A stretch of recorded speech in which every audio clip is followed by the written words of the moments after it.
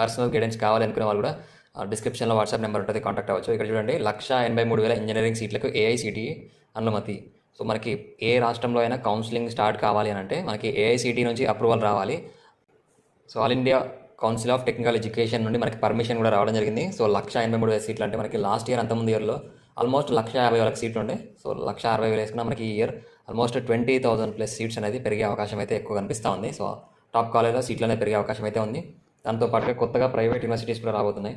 So మీకు 232 engineering కాలేజ్లో 17 government కాలేజ్లో 6,130 సీట్స్, అలాగే 215 ప్రైవేట్ కాలేజెస్లో 1,76,920 సీట్స్ అనేది అందుబాటులోకి రానున్నాయి. సో ఇందులో ఈ ఇయర్ కొత్తగా మనకి 4 ప్రైవేట్ యూనివర్సిటీస్ కూడా మారబోతున్నాయి.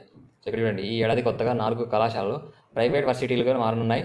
Shri City international private varsity ఏర్పాటుకు ఇప్పటికే ఆమోదం తెలుపగా చలపతి, విష్ణు, మానస్ సరోవర్ ప్రైవేట్ యూనివర్సిటీలకు సంబంధించిన ప్రతిపాదనలు ఉన్నత విద్యాశాఖ వద్ద ఉన్నాయి. సో మనకి ప్రైవేట్ యూనివర్సిటీస్ కన్వర్ట్ చేసినా కూడా మనకి అందులో 15% సీట్స్ రిజర్వేషన్ అయితే ఉంటుంది.